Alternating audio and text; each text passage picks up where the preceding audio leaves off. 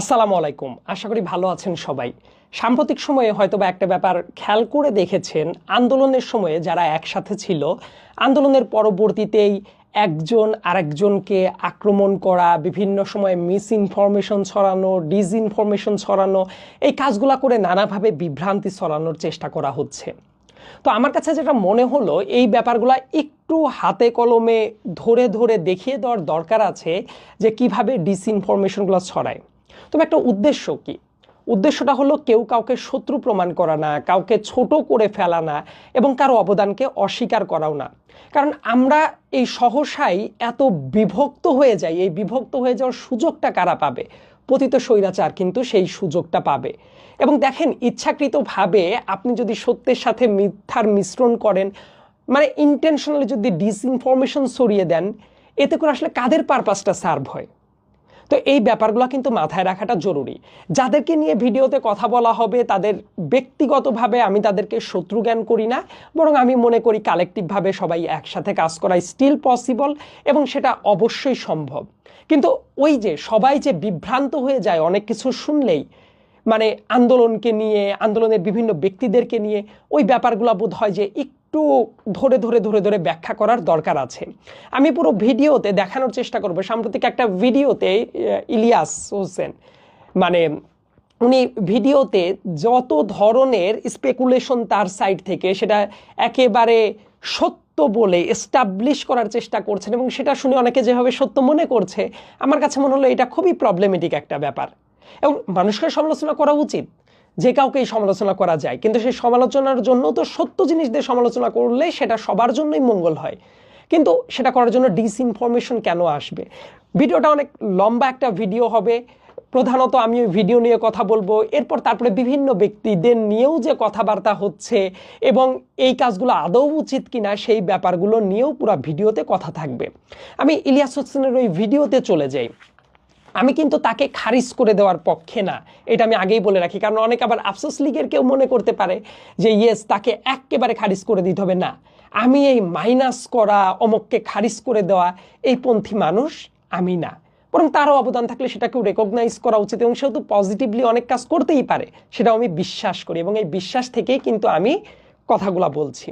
যেমন উনি সাম্প্রতিক সময়ে যে ভিডিওটা আপলোড করেছে আর্মিকে নিয়ে, আসিফ নজরুলকে নিয়ে, গভর্নমেন্টকে নিয়ে, 30 তারিখের একটা ষড়যন্ত্র প্লট, উনি নিজেই বলছিলেন, আমি জানি না সেটা কতটা যৌক্তিক, কিন্তু উনি যেভাবে স্পেকুলেট করছিলেন আর কি। তো এই ভিডিওটা দেখার পরে কয়েকটা আমি একদম পয়েন্ট ধরে ধরে কথা বলি। নাম্বার 1, বিজিবির যে ওই মহাপরিচালক নিয়ে যাকে কথা বলা হয়েছে, মেজর জেনারেল আশরাফকে নিয়ে, এবং বর্তমানে ডক্টর মোহাম্মদ ইউনুসের যিনি মিলিটারি সেক্রেটারি আছেন, তাকে নিয়ে যে ধরনের কথাবার্তা হচ্ছে, মেজর জেনারেল ফেরদৌসকে নিয়ে, আমার কাছে মনে হয়েছে এই কথাগুলো বলার যৌক্তিকতা আছে। সেটা কনক্লুসিভ কোনো রিমার্ক আমি দিচ্ছি না যে অ্যাবসলিউটলি এটাই হয়েছে এটাই হয়েছে, কিন্তু এই পয়েন্টগুলা তোলাটা যুক্তিসঙ্গত, এইগুলা খতিয়ে দেখা দরকার, এবং সেটা অবশ্যই করা উচিত। মেজর জেনারেল ফেরদৌসকে নিয়ে অনেক আগেই কিন্তু জুলকারনাইন সায়ের, সেও কিন্তু অনেকগুলা পয়েন্ট সামনে এনেছিল, এবং সেটাও কিন্তু যুক্তিসঙ্গত বলেই আমি মনে করি। আমি এই পজিটিভ জিনিসটা আগে বলে নিলাম, কারণ এটাও অবশ্যই উচিত ছিল। তো তার পরবর্তীতে এই ভিডিওতে আমার কাছে মনে হয়েছে যে ধরনের ডিসইনফরমেশন আছে, সেই ব্যাপারগুলো আমি এবার আলোচনা করব। ডেট ধরে ধরেই তো উনি আলোচনাটা করছিলেন জুলাই মাসের। তো জুলাই মাসে প্রথম দিকগুলোর কথা আমি না বলে ডেসক্রিপটিভ অনেক কথা বলেছেন, অনেক ভিডিও দেখিয়ে মানে ব্যাপারটা একটা গল্প স্টোরি টেলিংয়ের দিকে এগিয়েছেন। 27-28 জুলাই আর্মির কর্মকাণ্ড নিয়ে উনি যখন ভিডিওর ভেতরে আলোচনাটা স্টার্ট করলেন, ভেতরে দেখলাম যে ফুটেজগুলো দেখানো হচ্ছে ওটা 27-28 জুলাইয়ের না, ওটা 5 আগস্টের পরে ছাত্ররা যখন হাইকোর্ট ঘেরাও করতে গিয়েছিল ওই যে বিচারপতিদের পদত্যাগ করানোর জন্য, ওই হাইকোর্ট চত্বরে আর্মি অফিসারদের সাথে ছাত্রদের যে তর্কাতর্কি হচ্ছিল, ওই সময়ের ফুটেজটা দেখানো হয়েছে 27-28 জুলাইয়ের বর্ণনার সময়ে। মানে জাস্ট ফুটেজটা যদিও অনেক মুখ্য আলোচনার ব্যাপার না, তারপরেও একটু ধরে দিলাম যে দেখেন, এক সময়ের ঘটনা আর এক সময়ে কিন্তু প্রেজেন্ট করাটা হয়েছে এই ভিডিওর ভেতরে। খুবই গুরুত্বপূর্ণ একটা কথা বলি, ওই ইলিয়াসের ভিডিওর মানে আমি তাকে শ্রদ্ধার সাথেই বলছি ইলিয়াস ভাই, কিন্তু তারপরেও যেহেতু পুরা ভিডিওতে আমি ইলিয়াস বলেই আমি সম্বোধন করছি নামের জন্য। তো তার ভিডিওর 10 মিনিট 55 সেকেন্ড থেকে দেখবেন 29 জুলাইয়ের একটা বর্ণনায় উনি এইভাবে বর্ণনা করছেন যে আর্মি চিফ একটা দরবার ডাকেন। দরবার মানে এটা যারা ডিফেন্সের সাথে পরিচিত আছেন তারা এই দরবার শব্দটার সাথে পরিচিত, মানে জাস্ট একটা মিটিং ডাকেন। এবং উনি বলছিলেন 29 জুলাই হেলমেট ভবনে, আর্মি হেডকোয়ার্টারের জাস্ট হেডকোয়ার্টারেই অবস্থিত এটা, হেলমেট ভবনের দরবারটা নেন এবং সেই জায়গায় রাজশাহী সিএমএইচ এর একজন নারী মেজর প্রতিবাদ করেন এবং ওই জায়গাতে নাকি ওই যে শেখ হাসিনা ভার্চুয়ালি কানেক্টেড ছিল গোপন অবস্থায়, এটা দেখানো হয়। কিন্তু মোদ্দা কথাটা হলো, ফ্যাক্ট হলো আর্মির দরবার অনুষ্ঠিত হয় 29 জুলাইয়ে না, একটা ডেটেই, সেটা হলো 3 আগস্ট। এবং সেই 3 আগস্ট প্রথমে কিন্তু এইটা আর্মি হেডকোয়ার্টারের অন্য একটা ভবনে অনুষ্ঠিত হওয়ার কথা ছিল। এটা যখন অনেক জানাজানি হয়ে গেল, এইটা জাস্ট ওই কয়েক ঘন্টা আগে, 1-2 ঘন্টা আগে এটা আবার হেলমেট ভবনে ট্রান্সফার করা হয়। এবং সেই দরবারে রাজশাহীর থেকে, রাজশাহী সিএমএইচ এর এক মহিলা মেজর কথা বলেছিল, আরও অনেকেই কথা বলেছিল এবং সেটা কিন্তু মিটিং মিনিটসও আছে। ওই মিটিংয়ে যারা উপস্থিত ছিল এমন কয়েকজন পরিচিত মানুষও আছেন, তাদের কাছেও শুনেছি। তার মানে ওই যে দরবার যেটা, এটা 29 জুলাই না, এক ডেটেই হয়, সেটা হলো 3 আগস্ট। যদিও ইলিয়াস সাহেব বর্ণনা দেওয়ার টাইমে পরবর্তীতে আবার বলেছিলেন 29 জুলাই একবার দরবার হয়, 3 আগস্টে আবার একটা দরবার হয়, এবং উনি উনার বর্ণনাতে বলেছিলেন 29 আগস্টে, 29 জুলাইয়ে ওই যে রাজশাহীর ওই মেজর কথা বলেন। আসলে এই ব্যাপারটা, ফ্যাক্টটা সঠিক না। তার মানে দেখেন উনার এই ফ্যাক্টের ভেতরে, উনার সোর্সের তথ্যের ভেতরে যে বিভ্রান্তিটা আছে, সেটা কিন্তু এই একটা ঘটনা থেকে বোঝা যায়। এবং আমি আরও আসছি একের পর এক, তাহলে বোঝা যাবে যে শুধু এই একটা জায়গাতেই না, আরও অনেক জায়গাতেই প্রশ্ন তোলাটার জায়গাটা আছে। ওনার ভিডিওর 13 মিনিটের পর থেকে শুনলে একটা জিনিস দেখতে পারবেন, 5 আগস্ট ঠিক সকাল 9টার সময় আর্মি চিফ গিয়েছিলেন শেখ হাসিনার কাছে, তাকে পদত্যাগ করতে হবে এই বার্তাটা নিয়ে। এবং এইটা শোনার পরেই মানে শেখ হাসিনা তাকে একেবারে তেলে বেগুনে জুজে ওঠেন, তাকে মারতে উদ্যত হন এবং তাকে বলেন পুলিশের কাছে শিখতে পারিস নাই। আমার কথা, এই বর্ণনাগুলো মানে আপনি যখন ফ্যাক্ট বর্ণনা করবেন সাংবাদিক হিসেবে, ওই জায়গায় এক্স্যাক্টলি এই কথাগুলোই হয়েছিল কিনা, মানে একটু নাটকীয় মন না হলো না, অবশ্যই সে জায়গায় হার্ড টক হয়েছে, উত্তেজিত কথাবার্তা হয়েছে, হতেই পারে, খুব স্বাভাবিক শেখ হাসিনার সাথে। কিন্তু একেবারে এক্স্যাক্টলি এই পয়েন্টেই ব্রিফ করার মিনিং হলো ওই জায়গায় তাহলে কতজন ছিল, মানে একটু কিন্তু নাটকীয়তা করার যে চেষ্টা, এই ব্যাপারটাও কিন্তু এই জায়গায় লক্ষণীয়। ঠিক আছে, এটা আমার মুখ্য ব্যাপার না। তারপর উনি বর্ণনা করছেন যেটা একেবারে 9টার সময় এই ঘটনাটা ঘটেছে। তারপর এয়ার চিফও সাথে ছিলেন। এয়ার চিফ হাসিনার ছেলে জয়কে কল দেয় আমেরিকায়। কল দেওয়ার পরে আর্মি চিফকে উদ্দেশ্য করে জয়ও তুই তোকারি করে গালাগালি শুরু করে, বিভিন্ন হুমকি ধামকি দিতে থাকে। এবং তার বর্ণনা মতে, তারপরের বর্ণনায় ইলিয়াস সাহেব দেখবেন চলে গেছে 9:30টার সময়, যে 9:30টার সময় ইলিয়াস পরের বর্ণনায় চলে গেল। আর এর ভেতরে বলেছে 9টার সময় যে হাসিনার সাথে কথা হলো, জয়ের সাথে কথা হলো, এরপরেই নাকি জয় আবোল তাবোল বকতে থাকে একটা ভিডিও আপলোড করে। ওই সময় তার ভিডিওতে কিন্তু ইলিয়াস সাহেব বলেছেন, তার মিনিংটা হলো সকাল 9টা থেকে 9:30টার ভেতরে জয় এসে কথা বলেছিল, তাই তো? ইলিয়াস সাহেবের কথা যদি আমরা বিশ্বাস করি। কিন্তু ফ্যাক্টটা হলো জয়ের যে অফিসিয়াল পেজটা আছে সেই পেজটাতে যান, যাওয়ার পরে দেখবেন 5 আগস্ট যে ভিডিওটা আপলোড করেছে, সেই ভিডিওটা জয় আপলোড করেছে 1:06 এটা সকাল 9টা থেকে 9:30টার সময় ঘটনা। সেই টাইম স্ল্যাপ কিন্তু আপনারা দেখতে পারবেন, সবাই ওই পেজে যান, একটু চেক করেন ভালো মতো, দেখতে পারবেন কয়টার সময় আপলোড করা। তার মানে এই বয়ানটাও যে সঠিক নাই, একটু পরেই আসছি যে কিভাবে এই ফ্যাক্টগুলাকে মানে গোজামিল দিয়ে কোনো একটা কিছু বলে দেওয়ার যে প্রবণতা তার ভেতরে কিভাবে আছে। এবং তার বর্ণনা মতে শুনলেই বুঝতে পারবেন, ওই ভিডিওতে, তার ভিডিও যারা দেখেছেন, 9:30টার পর থেকে শেখ হাসিনার পলায়ন কর্ম শুরু হয়।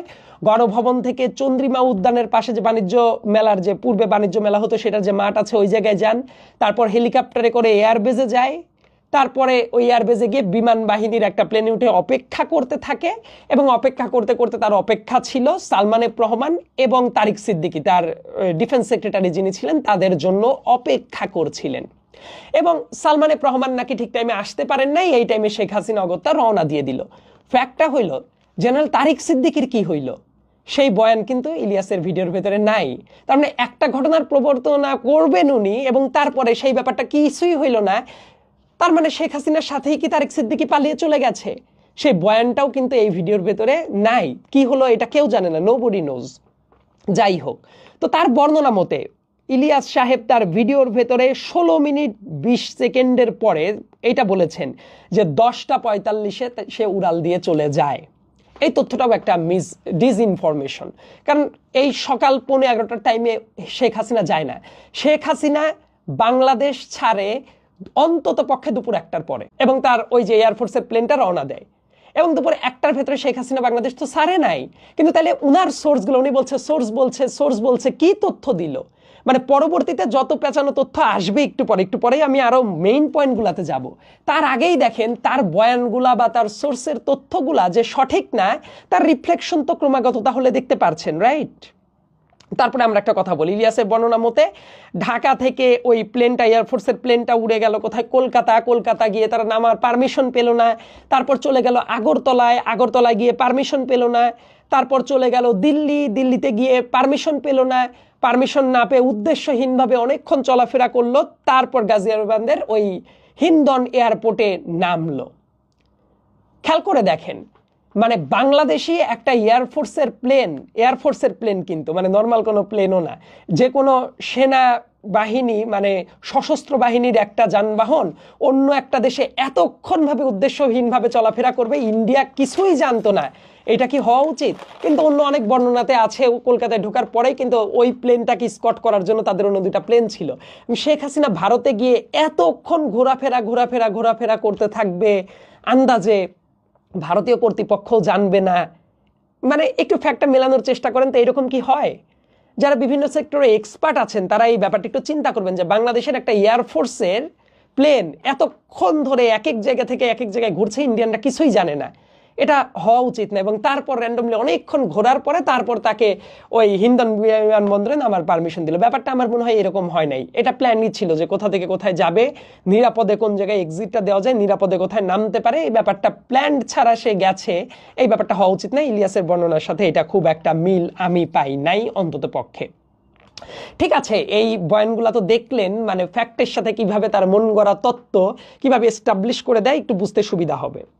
আসিফ নজরুলকে নিয়ে উনি অনেক কথা বলেছেন। তো অনেক কথার ভেতরে আসিফ নজরুল গতকাল একটা মানে অন্য একটা প্রোগ্রামে ছিলেন, ওই জায়গায় সাংবাদিকদের কাছে প্রেস ব্রিফিং করতে গিয়ে উনি অনেক কথার জবাব দিয়েছেন। তো তার প্রেক্ষিতে আমার কাছে মনে হলো আরও কিছু কথা ক্লিয়ার করার একটু দরকার আছে। আসিফ নজরুলকে নিয়ে সবচেয়ে যে বড় অ্যালিগেশনটা ইলিয়াস তুলেছেন সেটা হলো 3 আগস্ট এবং 4 আগস্ট রাতের বেলায় আসিফ নজরুল নাকি ক্যান্টনমেন্টে ছিলেন, আর্মিদের সাথে কুচক্রে অংশগ্রহণ করেছেন। তার বর্ণনায় যেটা ছিল 3 আগস্ট ডিজিএফআই এর কার্যালয়ের পাশের একটা বিল্ডিংয়ে বসে major general Hamid, lieutenant general Mujibur তাদের সাথে নাকি একটা মিটিংয়ে বসে আসিফ নজরুল চক্রান্ত করার জন্য যে হাসিনা চলে যাওয়ার পরে কি হবে না হবে, এবং ওই জায়গাতে ওই মিটিংয়ে ইন্ডিয়ান গোয়েন্দা সংস্থার 16 জন ছিল। চিন্তা করে দেখেন, কোনো প্রমাণ নাই, কোনো প্রমাণ সে দেখাইতে পারে নাই, কিচ্ছু না, জাস্ট মুখের ওপরে এত বড় একটা অ্যালিগেশন দিয়ে দিচ্ছে। এর প্রমাণটা কই? আপনি প্রমাণ না দেখিয়ে এত বড় অ্যালিগেশন একটা দিয়ে দিবেন? তারপরে একটা কথা শুনেন যে 3 আগস্ট আসিফ নজরুল কই ছিল? ওই যে শহীদ মিনারে যে প্রোগ্রামটা ছিল, যে জায়গায় একেবারে হাসিনার পতনেরই ঘোষণা চলে আসে, ঠিক ওই মঞ্চে কিন্তু আসিফ নজরুল ছিলেন। এবং 3 আগস্ট রাতের বেলায় আসিফ নজরুল বাড়িতেও থাকতে পারেন নাই, সে কিন্তু টার্গেটেড ছিল, তাকে অ্যারেস্ট করার সন্দেহ ছিল, তাকে নিপীড়ন করার মতো সম্ভাবনা ছিল। এবং আসিফ নজরুল তিনি নিজেই ক্লিয়ার করে দিয়েছেন উনি ওই দিন কোথায় ছিলেন। ওই ফুলার রোডের 19 নম্বর বাসা, ডিইউ এর একজন প্রফেসরের বাসা ছিল মোস্তফা মামুন, তার বাসায় উনি আশ্রয় নিয়েছিলেন, নিজের বাসায় থাকতে পারেন নাই। সো সাংবাদিক ভাইদেরকে বলবো মোস্তফা মামুনকে গিয়ে জিজ্ঞাসা করেন, একেবারে তো ক্লিয়ার কাট বলেই দিয়েছে মোস্তফা মামুন, তার কাছে গিয়ে শুনলেই তো হয়। মানে আসিফ নজরুল কিন্তু ওই মোস্তফা মামুনের বাসায় গিয়ে আশ্রয় নিয়েছিল, এই ব্যাপারটা আমিও জানতাম, কারণ আমার সাথেও তো তার কথাও হতো তখন। কারণ আমরা যারা দেশের ভেতরে থেকে অনেক আগে থেকেই টার্গেটেড ছিলাম, তাদের কিন্তু প্রতিনিয়ত মানে টার্গেটেড থাকলে দেশের ভেতরে কি হয় এই ব্যাপারটা আশা করি সবাই জানেন। সেই দুর্বিষহ স্মৃতিগুলো নিয়ে আর কথাবার্তা না বলি। এমনকি ওই টাইমে মাঝে মাঝে খবর আসে তাকে গ্রেপ্তার করা হবে কিনা, তার নাম্বারে তো পাওয়া যেত না। তারপর তার ওয়াইফ যাচ্ছেন শিলা আহমেদ, তার কাছে ফোন দিয়ে জিজ্ঞেস করা হতো, তারপর শিলা আহমেদ বললো যে না, পাশের বাসায় একজন প্রফেসরের বাসায় মোটামুটি আশ্রয় নিতে পেরেছে। মানে এই ঘটনাগুলো কিন্তু ঘটছিল, কিন্তু তাকে বানিয়ে দিল ভারতীয় গোয়েন্দাচরদের সাথে নাকি আলোচনা করছিল। ভারতীয় গোয়েন্দাদের সম্পর্কে একটু পরে আসি। 4 আগস্ট ইলিয়াস তার ভিডিওতে বর্ণনা করেছেন, তার ভিডিওর 19 মিনিট 30 সেকেন্ডের পর থেকে এই বর্ণনাটা আছে, তার যে ভিডিওটা আপলোড করেছেন, যে 4 আগস্ট নাকি সারা রাত আসিফ নজরুল ক্যান্টনমেন্টের ভেতরে ছিলেন এবং ওই জায়গায় বসে সারা রাত উনি আর্মিদের সাথে বসে বসে প্ল্যান করেছেন। কিন্তু ফ্যাক্টটা হলো 4 তারিখ রাতের বেলায় আসিফ নজরুল একটা জুম মিটিংয়ে জয়েন করেন। দেশ এবং দেশের বাইরের বিভিন্ন মানুষ, দেশের বাইরের, তারা একটা জুম মিটিংয়ে ছিল, কানেক্টিং একটা মিটিংয়ের ভেতরে ছিল Asif Nazrul joined over there. সেই কমিউনিটিতে এখনও এক্সিস্ট করে। সেই মিটিংয়ে কি হয়েছে সেটাও সবাই জানে, ওইটা পরে পাবলিশও করা হয়। সো আসিফ নজরুল ক্যান্টনমেন্টের ভেতরে বসে এই আওয়ামী লীগের চোখে তারা দেশ বিরোধী পরিকল্পনা করছিল, তাদের সাথে একসাথে ছিল। মানে এটা বিশ্বাসযোগ্য কোনো কথা? এবং তারপরে ওই মিটিংয়ের পরে আবার কিন্তু ওই মোস্তফা মামুনের বাসাতেই আসিফ নজরুল ছিলেন। এবং 4 তারিখ রাতের বেলায় তো আসলে কেউই মোটামুটি ঘুমানোর কথা না, আমরাও তো আসলে ঘুমাইতে পারি নাই 4 তারিখ রাতের বেলায়। ফজরের আজান দিল, তার কিছুক্ষণ পরে একজন সিনিয়র একজন ভাই আমাকে কল দিল যে আসিফ নজরুলকে অ্যারেস্ট করার মতো কিন্তু একটা সম্ভাবনা আছে। আসিফ নজরুল এবং ঢাকা বিশ্ববিদ্যালয়ে যারা আন্দোলন করেছে বিভিন্ন জায়গায়, কিন্তু কেউ তো কারোর সাথে খোঁজ নেওয়া যাচ্ছে না। তো ওই মুহূর্তে আমার মনে আছে আমি শিলা আহমেদের সাথে যোগাযোগ করি ওই ফজর নামাজের পরে, যাতে করে ততক্ষণ তো 5 তারিখ হয়ে গেছে, যে আসিফ নজরুল স্যার কি সেফ আছে কিনা। তো উনি খোঁজ নিতে জানলেন না, এখন পর্যন্ত সেফ আছে, মোটামুটি সেফ স্টের ভেতরেই আছে এখন পর্যন্ত। তো এই হইল ঘটনা, কিন্তু তাকে বানাই দিলেন পুরা রাত উনি ক্যান্টনমেন্টের ভেতরে ছিলেন। মানে এটা একেবারে মিথ্যা কথা। এবং আমার কাছে মনে হয় এইটাই মিথ্যা কথা বলে আসলে কি লাভটা হয়? যিনি এই ভিডিওটা বানিয়েছেন আপনিও তো বিভিন্ন ক্ষেত্রে জাতির জন্য কিছু কাজ করেছেন, কন্ট্রিবিউট করেছেন, এই ধরনের ডিসইনফরমেশন কেন ছড়ালেন? এবং তাহলে আপনি প্রুফ করে দেন 4 তারিখে যে উনি সারা রাত ক্যান্টনমেন্টে ছিল, বার্ডেন অফ প্রুফ কিন্তু আপনার উপরে। এখন আপনি সলিড প্রুফ এনে দেখান যে 4 তারিখ উনি সারা রাত এই জায়গাতে ছিল। এবং আসবো আরও কিছু ব্যাপারে, যে অতীতেও যে এই ধরনের কিছু প্রোপাগান্ডা আপনি ক্যাম্পেইন করেছেন সেটারও কিন্তু কিছু একেবারে মানে আনডিনায়েবল কিছু প্রুফ আছে, সেই জায়গাতে আমি একটু পরে আসবো। তারপরে আবার একটা ব্যাপার, আপনার ভিডিওর 19 মিনিটে আপনি একটা ব্যাপার পোস্ট করে বলছেন যে ক্যান্টনমেন্টে থেকে উনি 4 তারিখ 2টা পোস্ট করেন, একটা 4 তারিখ রাতের বেলায় আর্মিকে অ্যাড্রেস করে, এবং এই কারণে বলছেন যে আর্মির সাথে এটাও ছিল ষড়যন্ত্রের অংশ। আসিফ নজরুল ওই স্ট্যাটাসটা যেটা দিয়েছিলেন 4 তারিখ রাতের বেলায়, যে patriotic BD army, Bangladesh army, please save the children, students and people of Bangladesh from armed murderers, Bangladesh is crying today, please please. So এইটাকে উনি চক্রান্ত বানালেন, যে আর্মির সাথে বসে যেহেতু উনি প্ল্যান করেছেন, এখানে আর্মির ইমেজ বিল্ডিং করছিলেন। তো বাংলাদেশ আর্মি কি ওই টাইমে পুরাটাই প্যাট্রিয়টিজম কারো ভেতরেই ছিল না? জুনিয়র অফিসার যারা ছিল তারা 20 তারিখের পরেই একটা চিঠি লিখেছিল, মনে আছে? জুলকারনাইন স্যার সে চিঠিটা পোস্টও করেছিল, এবং জুনিয়র অফিসাররা এই আন্দোলনে ব্যাপকভাবে সহায়তা করেছে। তারা জনগণের বিরুদ্ধে অবস্থান নিতে চায় নাই, অ্যান্ড প্রবাবলি তারা যে চায় নাই, তাদের যে আকাঙ্ক্ষা ছিল জনগণের পক্ষে থাকা, দ্যাটস ওয়াই আর্মিও শেষ পর্যন্ত জনগণের ইন্টেনশনটা বুঝতে পেরে হাসিনার পক্ষে আর কাজ করে নাই। তাহলে অবস্থা অনেক অন্যরকম হতে পারতো। তাই আহ্বান জানানোটা কি ষড়যন্ত্রের কাজ হয়? আর্মি, যারা আর্মি আছে, আপনাদের বিভিন্ন পরিচিত মানুষজন আর্মিতে সার্ভিসে আছে, তাদের কাছে একটু জিজ্ঞাসা করেন, অডিয়েন্স যারা, তাদের কাছে বলছি, যে মানুষের আকাঙ্ক্ষাটা তখন কি ছিল? এই অ্যাড্রেস করাটা কি ভুল? আমাদের পিনাকি ভট্টাচার্য দাদা, উনিও তো 4 তারিখে একটা পোস্ট করেছেন যে আর্মির ভেতরে কেউ কেউ খারাপ কাজ করছে, কিন্তু একটা অংশ আছে তারা পজিটিভভাবে চিন্তা ভাবনা করছে। আরও অনেক আগের থেকেই অনেকে, আমরাও স্ট্যাটাস দিচ্ছিলাম অনেক আগের থেকে, যে বাংলাদেশ আর্মি জনগণের বুকে গুলি চালানো উচিত না। আমরাও বিভিন্নভাবে আপিল করেছি যে দেশপ্রেম মানে হলো এই টাইমে জনগণের পাশে দাঁড়ানো। এইটা কি ওই ষড়যন্ত্রের অংশ? এটা খুবই একেবারেই হাস্যকর একটা কথা হয়ে গেল। ওই ভিডিওর 19 মিনিটে এই কথাটা বলা ছিল। তারপরে আরেকটা ব্যাপার, ইলিয়াস হোসেন আরেকটা যেটা বলছিলেন, সো 5 আগস্টে আসিফ নজরুল সকালবেলার দিকে যে একটা পোস্ট দেন, দুপুরের দিকের দিকে, ওই যে কেউ খবরদার হিন্দুদের এলাকা বা মন্দিরে আক্রমণ করবেন না, কোনো কিছু করবেন না, এইটাকে উনি ষড়যন্ত্র হিসেবে দেখছেন। উনি তাহলে জানলেন কিভাবে আক্রমণ করা হয়? এটা তো হাসিনার বহু পুরাতন মডেল। মানে এই টাইপ একটা অন্তিম মুহূর্তে এসে সে যদি সংখ্যালঘুদের পর আক্রমণ করে ঘর বাড়ি জ্বালিয়ে দিত, তারপর একেবারে ছাত্রদের পর যদি ক্র্যাকডাউন চালাতে থাকতো, ছাত্র জনতার পর, যে এই যে হিন্দুদের পর নিপীড়ন চালাচ্ছে, মৌলবাদ দিয়ে ধসে যাচ্ছে, এই মডেল তো তার বহু পুরাতন। সো এইভাবে সচেতন করাটা কি ষড়যন্ত্রের অংশ, নাকি একটা ষড়যন্ত্র যাতে না হয় তার জন্য প্রিকশনারি মেজার? এই কথাগুলো কি শুধু আসিফ নজরুল বলেছে? অনেকেই বলে নাই যে এই শেখ হাসিনা কিন্তু বিপদে পড়ে গেছে, এখন কিন্তু সংখ্যালঘুর উপর আক্রমণ করবে, পুরাতন মডেলে হাঁটার চেষ্টা করবে। সো এই ব্যাপারগুলোকে ষড়যন্ত্রের অংশ বানানো একেবারেই হাস্যকর একটা কথা হয়ে গেছে।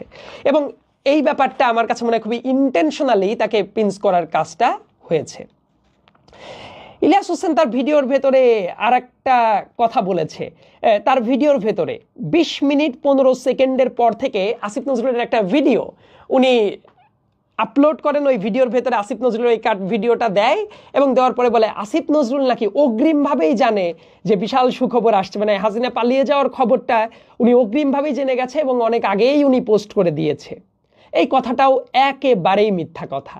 শেখ হাসিনা যদি 1টার পরে পালিয়ে থাকে এবং 2টার পর থেকেই মোটামুটি সবাই আস করতে পারছিল যে শেখ হাসিনা চলে গেছে, 2:30টার পর থেকে মোটামুটি সবার কাছে নিশ্চিত।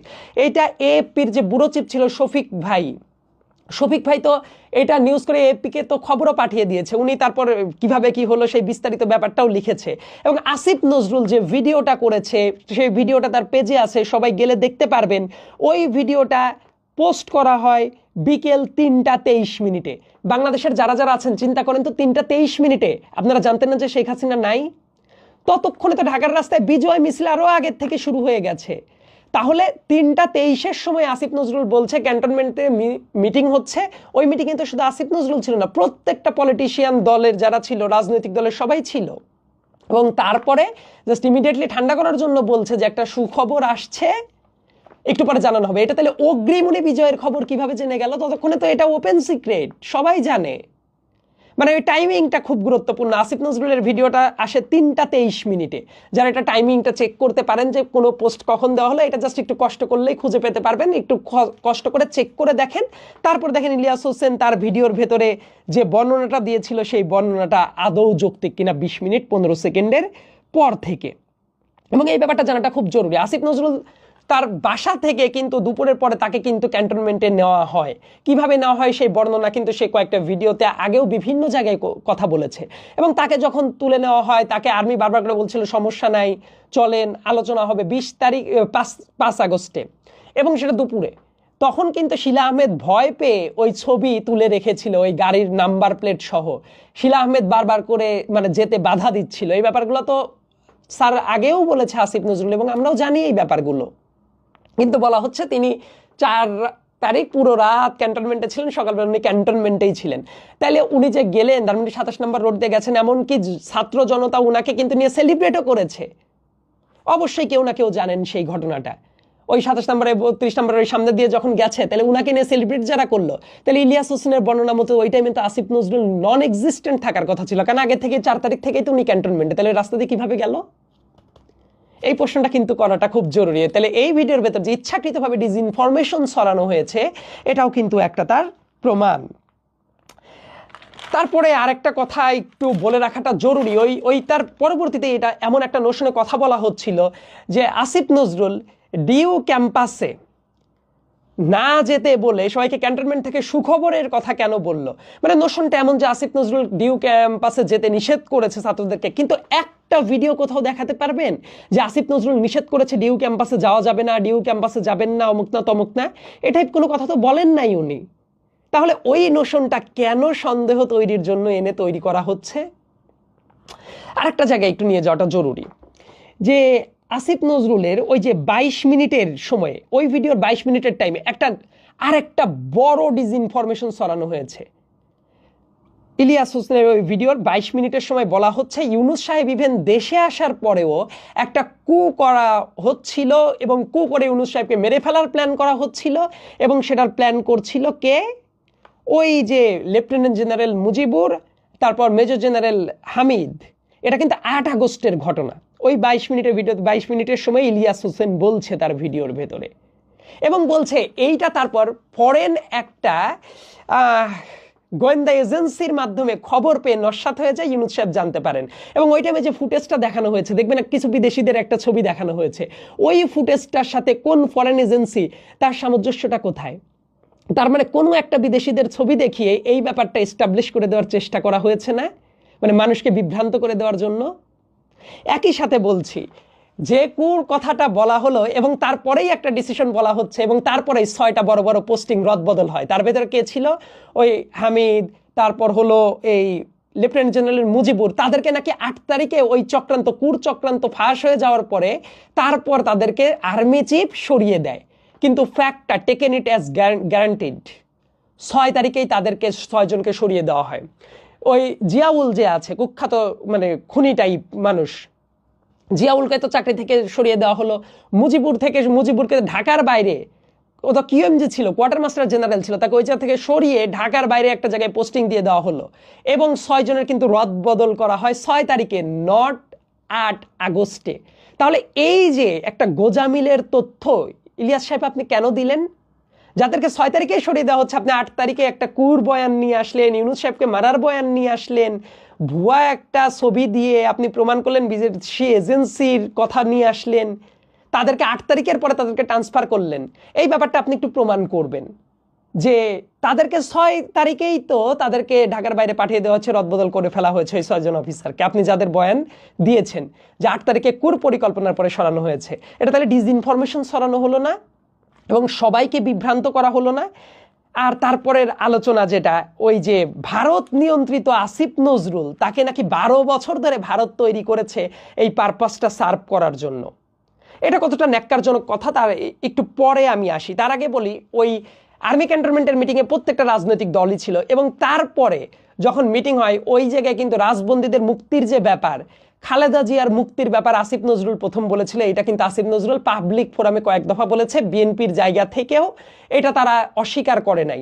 খালেদা জিয়ার মুক্তির ব্যাপার কিন্তু আসিফ নজরুল সাহেব বলেছে। এমনকি আক্তার হোসেন, আমাদের ঢাকা বিশ্ববিদ্যালয় বহু আগে থেকে আন্দোলনের পুরোধা ব্যক্তিত্ব একজন, সেই আক্তার হোসেনও কিন্তু আটক ছিল। আক্তার হোসেনের মুক্তির জন্য আসিফ নজরুল সাহেব কথা বলেছেন। মানে রাজবন্দীদের মুক্তির ব্যাপারে কিন্তু আসিফ নজরুল সরব ছিলেন ওই মুহূর্তেও। এবং যা ডিসিশন নেওয়া হয়েছে প্রত্যেকটা রাজনৈতিক দলে ছিল, সব দোষ আসিফ নজরুলের। মানে যা দোষ সব আসিফ নজরুলের পর চাপিয়ে দেওয়া হচ্ছে। আসিফ নজরুল এইটা করে নাই, আর্মি ক্যান্টনমেন্টে গিয়ে সব আসিফ নজরুল কন্ট্রোল করেছে, বিপ্লবী সরকার হইতে দেয় নাই, শপথ নিতে দেয় নাই, সব আসিফ নজরুলের দোষ। বিপ্লবী সরকার করার দরকার ছিল কি ছিল না, ওই জায়গাতেও একটু পরে আমি আসছি। আসিফ নজরুলকে যেভাবে বলা হচ্ছিল যে উনি ভারতীয় পারপাস সার্ভ করছেন, বিগত 12 বছর ধরে ভারত তাকে তৈরি করেছে। বাংলাদেশে যারা ছিলেন, বাংলাদেশে যারা কথা বলেছেন এই স্বৈরাচারের বিরুদ্ধে, কতজন মানুষ বাংলাদেশে বসে থেকে কথা বলেছেন? এখন অনেকে ভুলে যেতে পারে, কারণ এখন তো অনেকেই কথা বলতে পারে, কিন্তু বাংলাদেশে বসে ক্রমাগত ভারতীয় আধিপত্যবাদের বিরুদ্ধে যে কয়জন মানুষ কথা বলেছে তাদের ভেতরে আসিফ নজরুল একজন। যারা সত্য বলেন, সত্য শুনেন, তারা এই ব্যাপারটা অস্বীকার করতে পারবেন? মিডিয়াতে ভোটচোর রেজিমের বিরুদ্ধে কথা বলার মতো কয়জন মানুষ ছিল? এখন তো অনেক মানুষ কথা বলে। দেশের ভেতরে বসে থেকে কতজন মানুষ প্রতিবাদ করার মানুষ ছিল? আসিফ নজরুল 2000 লাস্টের 10-12 বছর থেকে ইন্ডিয়ান এম্বাসির কোনো দাওয়াত পায় না, এটা কি জানেন? এবং উনি তো ভারতের একেবারে স্বীকৃত বিরোধী মানুষ, একেবারে স্বীকৃত বিরোধী মানুষ। এবং ভারত বিরোধিতার জন্য ওনার বহু বদনাম আছে, বহু টক শোতে ভারতীয় ন্যারেটিভের বিরুদ্ধে কত ফাইট করেছেন উনি। সীমান্তে হত্যা নিয়ে কত টক শো উনি করেছেন, একটু আর্কাইভে যান, ইউটিউবের খুঁজে পাবেন। আর ওনাকে বলা হচ্ছে যে উনি ভারতীয় চর। এই ব্যাপারটা করে কি হয় জানেন? যারা যারা সত্যি সত্যিই এরকম পারপাস সার্ভ করতো তাদেরকে দায় মুক্তি দিয়ে, যারা যারা আন্দোলনের রাস্তায় ছিল তাদেরকে আপনি ভারতীয় চর বানিয়ে দিচ্ছেন। মানে এটা আসলে খুবই বাজে একটা ব্যাপার। এমনকি শহীদ মিনারে ওই সিপি গ্যাং ছিল না, শাহবাগীদের টাইমে যারা চেতনা ব্যবসা করতো, তারা 7 থেকে 8 জনের দেখবেন ছবি টানিয়ে একদম ক্রস চিহ্ন করে বাংলাদেশ থেকে বয়কটের ডাক দিয়েছিল। তাদের ভেতরে আসিফ নজরুল একজন ছিলেন। আসিফ নজরুল ছিলেন ওইটার ভেতরে। এবং যারা ওই টাইমে কথা বলতেন, খুবই অল্প মানুষ কথা বলতেন। পিয়াস করিম সাহেবের কথা আপনাদের মনে রাখার কথা, মনির হায়দার, পিয়াস করিম, আসিফ নজরুল, তুহিন মালিক, এরা ছাড়া কয়জন কথা বলতো তখন? আর ওই সময় থেকে যারা ওই 11, 12, 13 সাল থেকে যারা কথা বলছে, আপনারা তাদেরকে বানিয়ে দিচ্ছেন ভারতীয় এজেন্ট, ভারতীয় চর। ভারত 12 বছর ধরে তৈরি করেছে। এইভাবে ট্যাগ দেওয়ার কালচার যে কত বাজে, এবং এরা কিন্তু ডিরেক্ট এই আন্দোলনের পার্ট ছিল। তার মানে তাদেরকে ভিলেন ক্যারেক্টার দিয়ে দিলে লাভটা আসলে কাদের হচ্ছে? এই প্রশ্নটা আমার মনে হয় যে দেশের সবারই বোঝা উচিত, যে এই টাইপ প্রশ্ন করলে লাভটা কাদের হয়। আবরার ফাহাদ ইস্যুটার কথা নিশ্চয়ই মনে আছে। আবরার ফাহাদ ইস্যুর পরে দেখবেন ঢাকা বিশ্ববিদ্যালয়ে কয়জন টিচার আন্দোলনে প্যাট্রোনাইজ করেছিল, আসিফ নজরুল তার ভেতরে একজন ছিলেন। এমনকি আক্তার ভাই ওই যে 8 স্তম্ভ নির্মাণ করার ক্ষেত্রে যখন পদক্ষেপ নিলে তারপরে কত নিপীড়ন হয়েছে আবরার ফাহাদের পক্ষে যখন ক্যাম্পেইনগুলো গড়ে তুলেছে।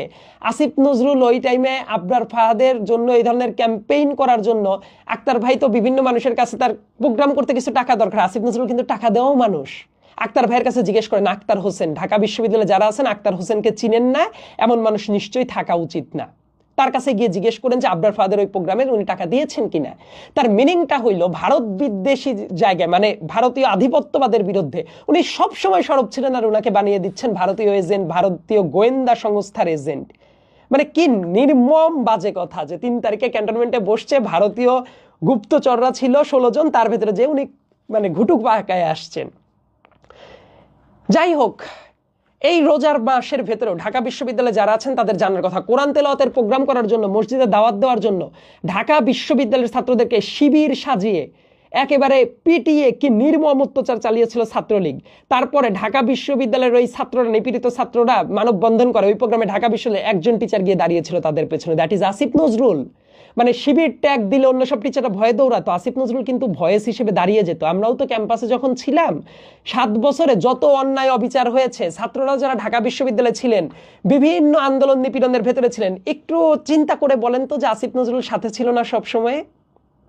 এবং আরো কয়েকজন টিচার, খুবই অল্প কয়েকজন টিচার ছিল, আর অধিকাংশ টিচার কি তোষামোদি করে বেড়াতো না। আর আসিফ নজরুলকে বানিয়ে ফেলছেন ভারতীয় চর। কোরআন তেলাওয়াতের প্রোগ্রামে দাঁড়ানোর পরে অন্য কোনো টিচার, ওই ল ডিপার্টমেন্টের সামনে প্রোগ্রামটা হয়েছিল, আসে নাই, আসিফ নজরুল ওয়াজ দেয়ার। এই যে এই তথ্যটা একটু ভেটিং করায় নিন সবার কাছ থেকে, তাহলে বুঝতে পারবেন। এমনকি 2021 সালে ওনার অফিস কিন্তু তালা দিয়ে আক্রমণ করা হয়, ওনার পর আক্রমণ করে ছাত্রলীগ। কারণ কি, ওই যে আফগানিস্তানে যখন পতন ঘটে তারপর বলছিল বাংলাদেশে পতন হইলে কিভাবে যাইতে পারবে না হাসিনারা, অমুক তমুক এই টাইপ কথা বলেছিল। ছাত্রলীগ উনাকে নিয়ে মিছিল করেছিল, উনার অফিস, চেয়ারম্যানের অফিস তালা বন্ধ করে উনাকে আসতে দেওয়া হবে না, এই ক্যাম্পেইন করেছিল। সারাটা জীবন তাদের নিপীড়নের শিকার ছিল, আর তাকে বানিয়ে দিচ্ছেন এজেন্ট, তাকে বানিয়ে দিচ্ছেন অমুক তমুক। এইসব কথা শুনলে আসলে খুবই হাস্যকর লাগে। যে জাস্ট চিন্তা করেন, এই আন্দোলনের আগেও কয়জন মানুষ কথা বলেছিল? ঢাকা বিশ্ববিদ্যালয়ে ছাত্রদের আন্দোলনে কয়জন টিচার নেমেছিল? ও থানায়, শাহবাগ থানা থেকে ছাত্র সারিয়ে আনা অল্প কয়েকজন টিচার কিন্তু সেই জায়গায় গিয়েছিল। আসিফ নজরুল ওয়াজ দেয়ার। সমন্বয়ক যাদেরকে আটকে রাখা হয়েছিল ডিবি অফিসে, তাদেরকে ছাড়ানোর জন্য যে টিমটা গিয়েছিল, তাদের ভিতরে লিডিং ফেসও কিন্তু আসিফ নজরুল ছিল। এটা সমন্বয়কদের কাছে জিজ্ঞেস করেন, ওই টাইমে বিবি মিডিয়ায় যারা ইন্টারভিউ দিয়েছিল তাদের কাছে জিজ্ঞাসা করেন। আসলে এই জিনিসগুলো ভুলে গিয়ে যদি ভিডিওর ভেতরে একটা প্রোপাগান্ডা ছড়িয়ে কাউকে ক্যারেক্টার অ্যাসাসিনেশন করা যায়, সেটা বোধহয় অনেকে পছন্দ করে, এবং এই ফ্যাক্টটা চেক না করে যা খুশি তাই বলে দেওয়া যায়। কারণ এখন তো অনেকেই স্বাধীনভাবে অনেক কথা বলতে পারে। তো আমার মনে হয় যে এই ব্যাপারগুলো একটু চিন্তা ভাবনা করে বলাটা বোধহয় যে ভালো। আর তা না হলে এটা মনে হয় নেহাত একটা অবিচার হয়ে যায়। বরং আসিফ নজরুলের জেনুইন সমালোচনা করার জায়গা আছে, অনেকগুলো স্টেপ নিয়ে এই 5 আগস্টের পরে উনি চেয়ারে বসার পরে জেনুইন কিছু সমালোচনা অবশ্যই করা উচিত। এটা আমিও মনে করি। আমিও কিন্তু ওনার একেবারে সামনাসামনি হওয়ার পরে কয়েকটা জায়গায় প্রশ্ন করেছি যে স্যার এই এই জায়গা আমার কাছে মনে হচ্ছে ঠিক হচ্ছে না, এটা এইভাবে করা উচিত ছিল, এইভাবে করা যায়। কিন্তু সেটা না করে মিথ্যা তথ্য দিয়ে কাউকে তো আসলে ভিলেন বানালে লাভটা কি হয় আমার বোধগম্য না। ডিউয়ের কতজন রাস্তায় নেমে, এবং একটা জিনিস খেয়াল করে দেখেন, যারা রাস্তায় নেমে আন্দোলন করেছে তাদেরকে যদি, এবং এই আন্দোলনের ভেতরে যারা ছিল তাদেরকে যদি একে একে এইভাবে ক্যারেক্টার অ্যাসাসিনেশন করা হয়, ভিলেন বানিয়ে দেওয়া হয়, লাভটা কাদের হয়? দেখবেন এই কাজ কিন্তু শুরু হয়েছে। আন্দোলনের বিভিন্ন অংশ যারা ছিল স্টেক হোল্ডারদের ভিলেন বানানো শুরু হয়েছে। বিভিন্ন পত্রিকার ইস্যু নিয়েও দেখবেন আমাদের বন্ধু, আমার বন্ধু নাহিদ ইসলাম, কত স্যাক্রিফাইস ছেলেটার করতে হয়েছে। নাহিদ যখন ওই যে প্রথম আলোর অফিসে যখন আক্রমণ করলো, নাহিদ যখন কথা বললো দেখলাম নাহিদও খারাপ। আসিফ নজরুল ক্যান্সেল, নাহিদ ইসলাম ক্যান্সেল, তারপর ফাহাম আব্দুল সালাম ক্যান্সেল, মির্জা ফখরুল ইসলাম আলমগীর ক্যান্সেল, জাহেদ ভাইও দেখলাম তো একটা কথা বলেছে, জাহেদ ভাইও খারাপ। তাহলে সবাই এরা খারাপ, ভালো কারা? মানে আন্দোলনের সাথে যাদের যাদের ডিরেক্ট স্টেক ছিল প্রত্যেকে যদি এইভাবে বিতর্কিত করার মিশনে থাকে, তাহলে তো আওয়ামী লীগের টোনেই কথা বলা হচ্ছে। মানে আওয়ামী লীগের বয়ান আর এই বয়ান যদি এক হয়ে যায়, দ্যাট ইজ সিরিয়াসলি প্রবলেমেটিক। আরেকটা জায়গায় আমি একটু কথা বলার চেষ্টা করি, সেটা বোধ হয় যে একটু দরকার। ওই ভিডিওর ভেতরে আরেকটা জিনিস দাবি করা হচ্ছিল, আসিফ নজরুল প্রধান উপদেষ্টা হওয়ার তার খায়েশ ছিল, আর্মির সাথে এটা প্ল্যান করেছিল। কারণ আসিফ নজরুল একবার ছাত্রদের দাবির পরে এটা বলেছিল যে ইউনূস সাহেব প্রধান উপদেষ্টা হবে কি না, এটা নিয়ে উনি একটা প্রশ্ন তুলেছিলেন। কারণ এর আগেও কিন্তু ইউনূস সাহেবকে, এর বিভিন্ন আগে তত্ত্বাবধায়ক সরকার ইস্যুতে বিভিন্ন জায়গায় এর আগের বছরগুলোর কথা বলছে, যখন বলা হয়েছে উনি বলছেন না আমার এই টাইপ কোনো ইন্টেনশন নাই। কিন্তু লাকিলি যখন উনি হয়েছে, মানে ওনার এই ভিডিওটার ভেতরে যারা যারা দেখেছেন ইলিয়াস হোসেনের এই ভিডিওটা, মনে হচ্ছে না ডক্টর আসিফ নজরুল বনাম ডক্টর মোহাম্মদ ইউনুস। কিন্তু যে জিনিসটা জানেন না, ডক্টর মোহাম্মদ ইউনুসের সাথে আসিফ নজরুলের সম্পর্ক অত্যন্ত ভালো, এবং ডক্টর মোহাম্মদ ইউনুসকে যখন জুডিশিয়ারির মাধ্যমে হেনস্থা করা হয়, কোর্টে তোলা হয়, কি পরিমাণ নিপীড়ন চালানো হয়, তখন ইউনুস সাহেবের পাশে মাত্র হাতে গোনা যে কয়েকজন মানুষ ছিলেন, তাদের ভেতরে একজন ছিলেন আসিফ নজরুল, আরেকজন খুব ঘনিষ্ঠভাবে নিউজগুলো কাভার করতো শফিকুল আলম, এপির ব্যুরো চিফ ছিলেন তখন, এখন যিনি প্রেস সেক্রেটারি হয়েছেন। এই মানুষদের কিন্তু ব্যক্তিগত স্ট্রাগলের গল্পটা আছে। হাসিনার দ্বারা তারা কিন্তু নিপীড়িতও হয়েছে এই কাজগুলো করার জন্য। ঢাকা বিশ্ববিদ্যালয়ের টিচাররা যখন এই দাবি তুলছিল ডক্টর মোহাম্মদ ইউনুসের নোবেল প্রাইজ তুলে নেওয়া হোক, বিভিন্ন বিশিষ্টজনেরা যখন ইউনুসের বিরুদ্ধে মানে ক্যাম্পেইন চালাচ্ছিল, তখন আসিফ নজরুলরা কিন্তু ইউনুস সাহেবের পাশে গিয়ে দাঁড়িয়েছিল। 2023-এর হিসাব, অনেকেই তখন রাজনীতি নিয়ে অনেক কথাবার্তা বলতেন, এখন তো ম্যাস লেভেলের রাজনীতি নিয়ে কথা হয়। সো এই ব্যাপারগুলো একটু চিন্তা ভাবনা করার চেষ্টা করবেন। আর ডক্টর মোহাম্মদ ইউনুস প্রধান উপদেষ্টা হলে আসিফ নজরুলের সবচেয়ে খুশি হওয়ার কথা, এবং উনি কিন্তু ওই টাইমে এটাই বলেছেন। ইনফ্যাক্ট ডক্টর মোহাম্মদ ইউনুসের প্রধান উপদেষ্টা হওয়াটা বাংলাদেশের জন্য একটা ব্লেসিং, এবং সামনের বাংলাদেশেও নানা ধরনের সংকট আসবে ইন্টারন্যাশনালি, সেটা কিন্তু অলরেডি পরিলক্ষিত হচ্ছে। এইগুলো চ্যালেঞ্জ মোকাবেলা করার জন্য ইউনুসের মতো একজন আইকনিক ফিগার বাংলাদেশের শুধু এখনই দরকার না, ইভেন দলীয় কোনো সরকার ভবিষ্যতে যদি আসে, সেই সরকারেও যদি কোনো না কোনো ক্যাপাসিটিতে ডক্টর মোহাম্মদ ইউনুস থাকেন, যে রাষ্ট্রপতি হিসেবে থাকলেন বা কোনো ক্যাপাসিটিতে, সেটা বাংলাদেশের জন্য ভালো। আর দেখেন গিরিঙ্গিটা লাগিয়ে দেওয়া হচ্ছে কিভাবে, যে ডক্টর ইউনুস বনাম আসিফ নজরুল, কিন্তু ব্যাপারটা এইরকম না। ডক্টর মোহাম্মদ ইউনুসও ব্যাপারটা শুনলে বোধ হয় যে উনিও হাসবেন। এবং ছাত্র উপদেষ্টা যারা আছেন তাদের কাছে জিজ্ঞেস করেন যে ডক্টর মোহাম্মদ ইউনুসকে পাশ কেটে আসিফ নজরুলের প্রধান উপদেষ্টা হওয়ার আদৌ খায়েশ ছিল কিনা। এটা একটা মিথ্যা কথা। উনি জাস্ট সন্দেহ প্রকাশ করেছেন যে উনি হতে রাজি হবেন কিনা। ওই টাইমে বিভিন্ন আলাপ আলোচনা চলেছে, এমনকি ছাত্রদের নিয়ে তো আসিফ নজরুল সাহেব তো বসছেনও যে উপদেষ্টা কার হবেন, এই মিটিংগুলো হয়েছে না বিভিন্নভাবে, সেটা তো সমন্বয়কদের পাশে বসে আসিফ নজরুল বাংলা একাডেমির প্রোগ্রামেও বলেছেন।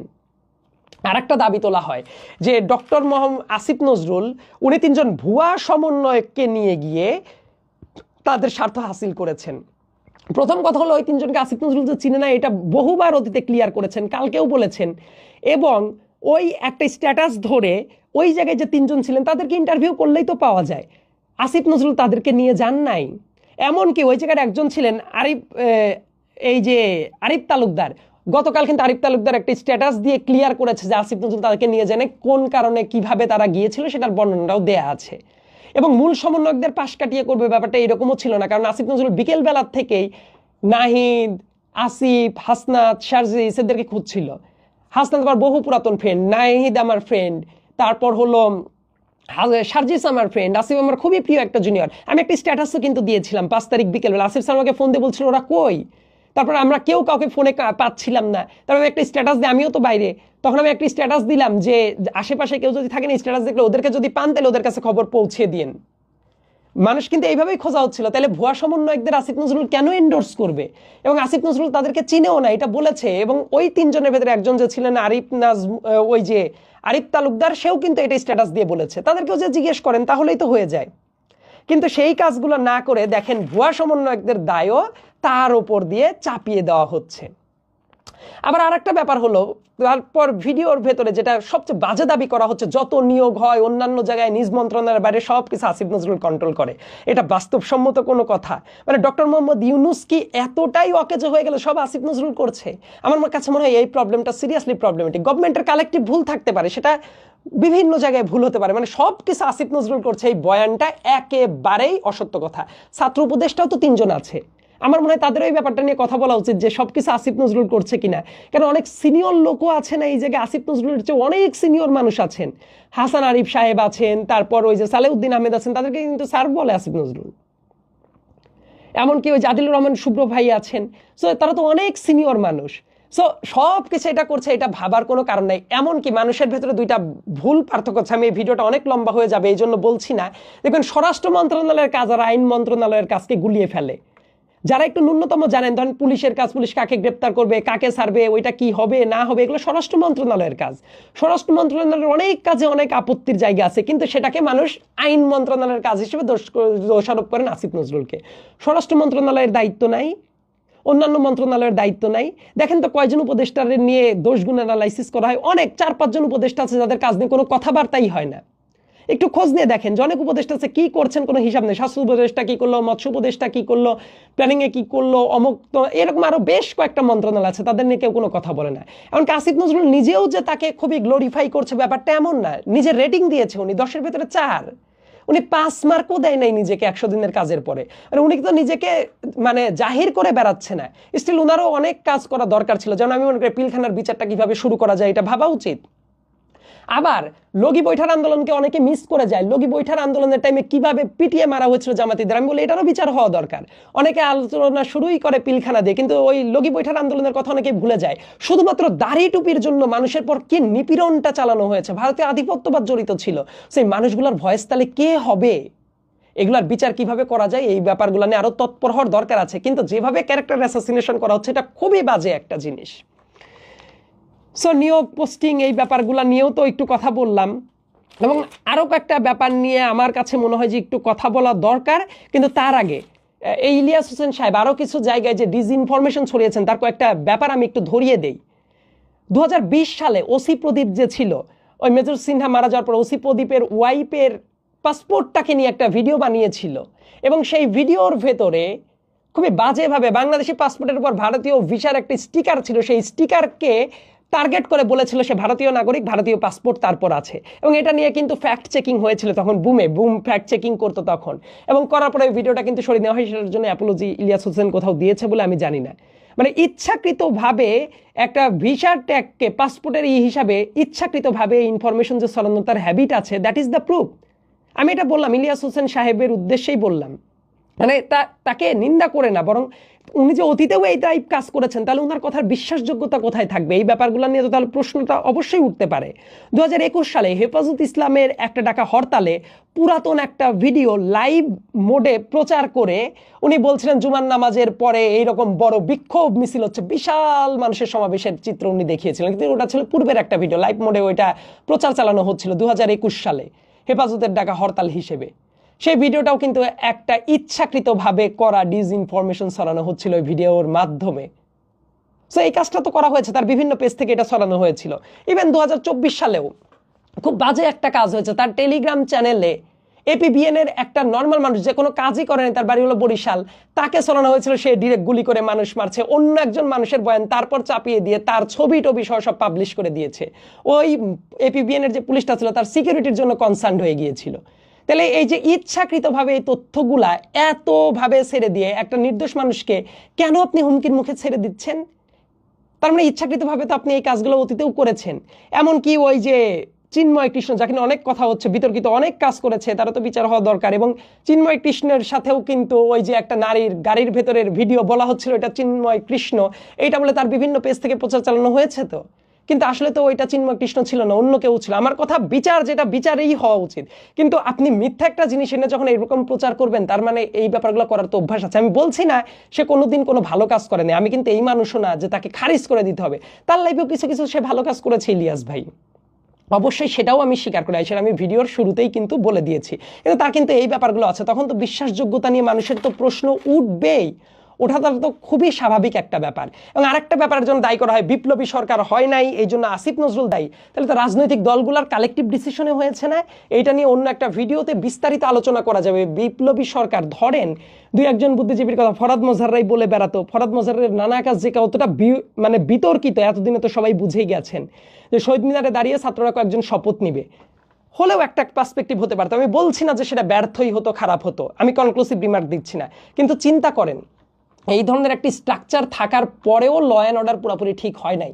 ধরেন ছাত্ররা 12 জন 15 জন শপথ নিল, নেয়ার পরে পুলিশ তাদেরকে মান্য করবে কিনা, আর্মি মান্য করবে কিনা, সচিবালয় তাদেরকে সাপোর্ট দিবে কিনা, এই ব্যাপারটা নিশ্চয়তা কি ছিল? কারণ ছাত্রদের কি বিশাল বড় আর্মড সাপোর্টটা ছিল? তাহলে আর্মড সাপোর্টটা কাদের ছিল? আর্মির। সো তারা যদি তখন না মান্য করতো, দেশটা তো একটা গৃহযুদ্ধের দিকে আগায় যাইতে পারতো। সো আমাদের দেশের স্ট্যাবিলিটিটাও কিন্তু গুরুত্বপূর্ণ। এটা আবার অনেকেই ঠান্ডা মাথায় চিন্তা ভাবনা করেন না, আমি জাস্ট পার্সপেক্টিভগুলো বলছি, আমি কনক্লুসিভ রিমার্ক দিচ্ছি, আমি আগেই বলছি। সো ভিন্নভাবেও দেখার কিন্তু সুযোগ আছে, শুধু আপনি বললেন আর সবাই আপনার প্রতি আনুগত্য প্রকাশ করবে এইটা কিন্তু না হওয়ারও একটা সম্ভাবনা ছিল, যেটা এখনো কিন্তু ভিজিবল। এই গভর্নমেন্টকে কি সবাই সাপোর্ট করছে? আমার কাছে মনে হয় না। পুলিশের জায়গা থেকে ঠিকমতো সাপোর্ট পাচ্ছে বলে আমার মনে হয় না, আর্মির জায়গা থেকে, গোয়েন্দা সংস্থাগুলোর জায়গা থেকে অনেক সমস্যা আছে না?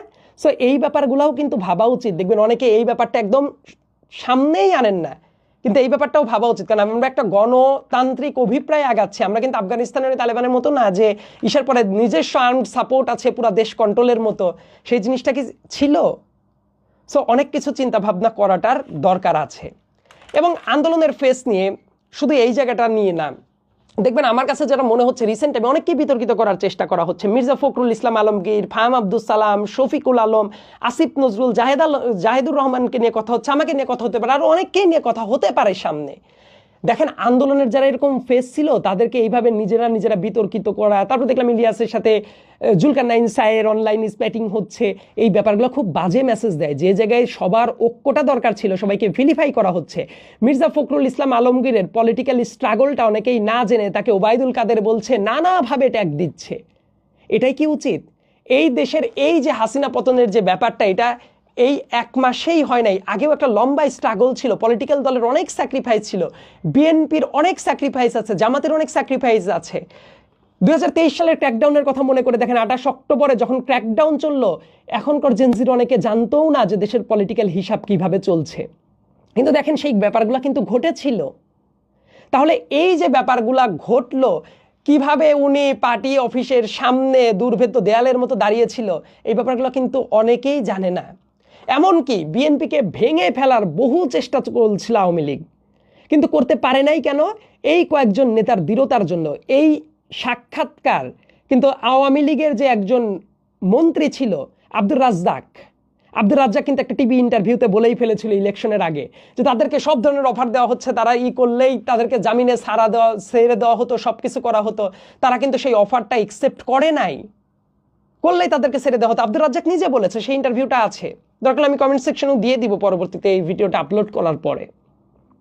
এবং এই টাইমে ভেঙে ফেলার এত চেষ্টা করছিল, এরা কিন্তু দৃঢ়তার মাধ্যমে শেখ হাসিনার কাছে বিক্রি হয় নাই। আর এখন এসে ভারতের দালাল বানাচ্ছেন, এজেন্ট বানাচ্ছেন, ভারতের বিরুদ্ধেও অনেক সময় অতীতের বিভিন্ন টাইমে খুব কড়া স্ট্যান্ড নিয়েছেন মির্জা ফখরুল ইসলাম আলমগীর। ওনার লাইফে দুর্নীতির ফিরিস্তিটা দেখেছেন।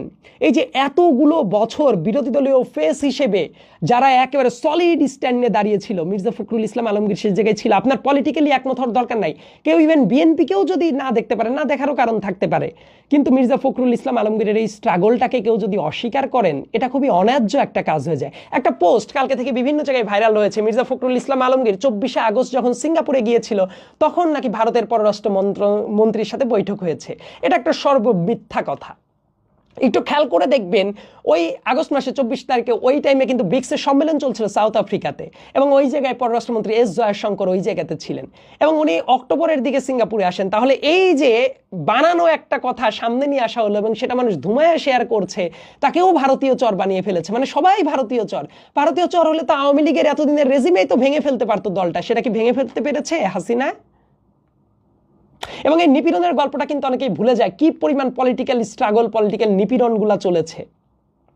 ফাহাম আব্দুল সালামকেও বলা হচ্ছে ভারতীয় চর। অনেকে নাই দেখতে পারেন, ফাহাম আব্দুল সালামের একটা স্ট্যাটাস পছন্দ নাই হইতে পারে, সবাই তো, আমাকেও অনেকে পছন্দ হয় না, আমার একটা জিনিস পছন্দ হবে না, আবার যাকে আমি একজনকে পছন্দ করি তারও একটা জিনিস আমার পছন্দ হবে না, কিন্তু ভারতীয় দালাল অমকে একদম স্ট্রেট ফরওয়ার্ড বলা হচ্ছে।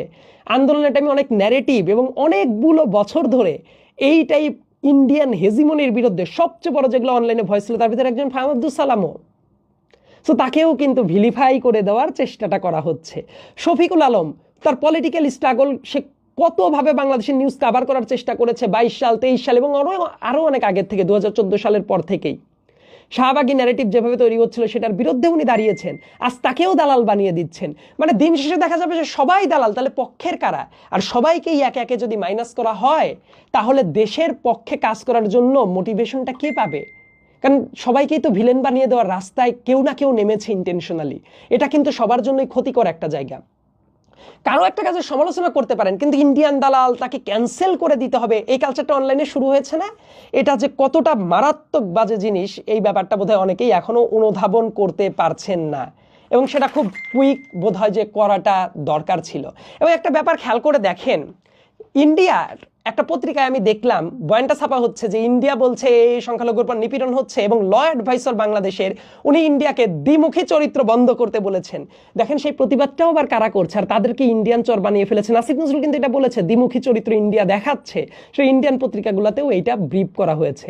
সো আসিফ নজরুল ভারতীয় দালাল, শফিকুল আলম ভারতীয় দালাল, ফাহাম আব্দুস সালাম ভারতীয় দালাল, মির্জা ফখরুল ইসলাম আলমগীর ভারতীয় দালাল, তাহলে ভারতীয় দালাল না কে? দেশটার স্ট্যাবিলিটি দরকার, সবসময় এনার্কি তৈরি করে রাখার জায়গাটা ভালো না।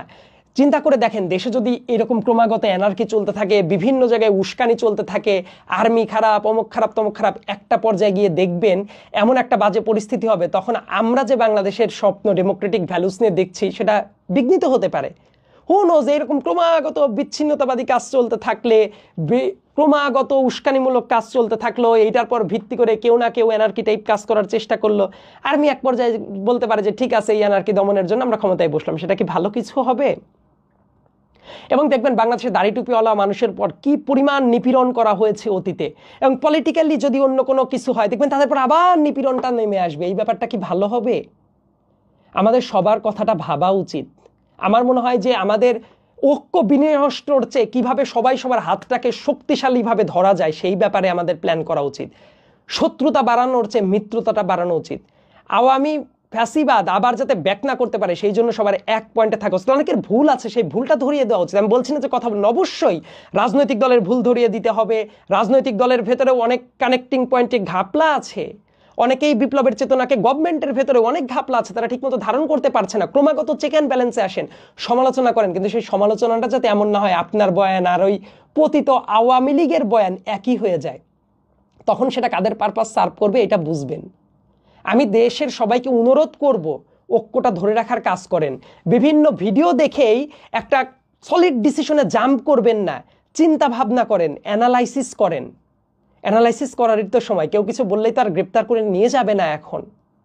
কিন্তু না জেনে বুঝেই কেউ কোনো কথা বলল আর দৌড়িয়ে গিয়েই একটা মতবাদ দিয়ে বিশৃঙ্খলা তৈরি করার মতো কাজ করলেন, এই কাজটা কিন্তু খুবই বাজে হয়ে যাইতে পারে। এবং আমি দৃঢ়ভাবে একটা জিনিস বিশ্বাস করি, ভারতীয় আধিপত্যবাদের বিরুদ্ধে আমাদের সজাগ থাকাটা জরুরি।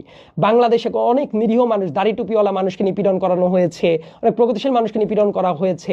সো সব কিছুর বিরুদ্ধে আমাদের সজাগ থাকাটা জরুরি। সামনে আমরা গণতান্ত্রিক বাংলাদেশটা দেখতে চাই, কিন্তু দেখবেন সরকার, রাজনৈতিক দল, ছাত্র প্রত্যেকে যদি প্রত্যেকের শত্রু হয়, লাভটা কিন্তু কারোই হবে না, লাভটা হবে ফ্যাসিবাদের যারা পতিত হয়ে গেছে। সো আমরা কেন সেই সুযোগটা দিব? আমাদের সেই সচেতন থাকাটা অত্যন্ত জরুরি বলে আমি মনে করি। এবং আমি ভিডিওটা যখন বানিয়েছি, এই ভিডিওটার উদ্দেশ্য কাউকে ছোট করা না, বরং এই ভুলগুলো থেকে আমরা যেন সবাই একটা সলিড ডিসিশনে আসতে পারি, একতার জায়গাটা ধরে রাখতে পারি। এবং একটা ভিডিও করলে কি আমার শত্রু হয়ে যাবে আমি এটাও ভাবি না, কারণ সবার আগে দেশকে আমাদের ওন করাটা অনেক গুরুত্বপূর্ণ। এবং আন্দোলনের পরে মাথা ঠান্ডা রেখে স্ট্র্যাটেজিক ওয়েতে কাজ করাটা বোধ হয় আমাদের জন্য সবচেয়ে বেশি গুরুত্বপূর্ণ। কাজেই কোনো কিছু শুনলেই কেউ হাইপার হয়ে যাওয়ার দরকার নাই, চিন্তা ভাবনা করেন। এবং এখন আমাদের মনে হয় স্ট্যাবিলিটির দিকে মন দেওয়াটা অনেক বেশি জরুরি। এই দেশটা সবার, আমাদের, সবাই মিলে চলেন ওন করি, সব আধিপত্যবাদ ভেঙে চুরে বাংলাদেশি হিসেবে, প্রো বাংলাদেশি হিসেবে আমাদের স্ট্যান্ডটাকে জারি রাখি। ইনকিলাব জিন্দাবাদ। আসসালামু আলাইকুম।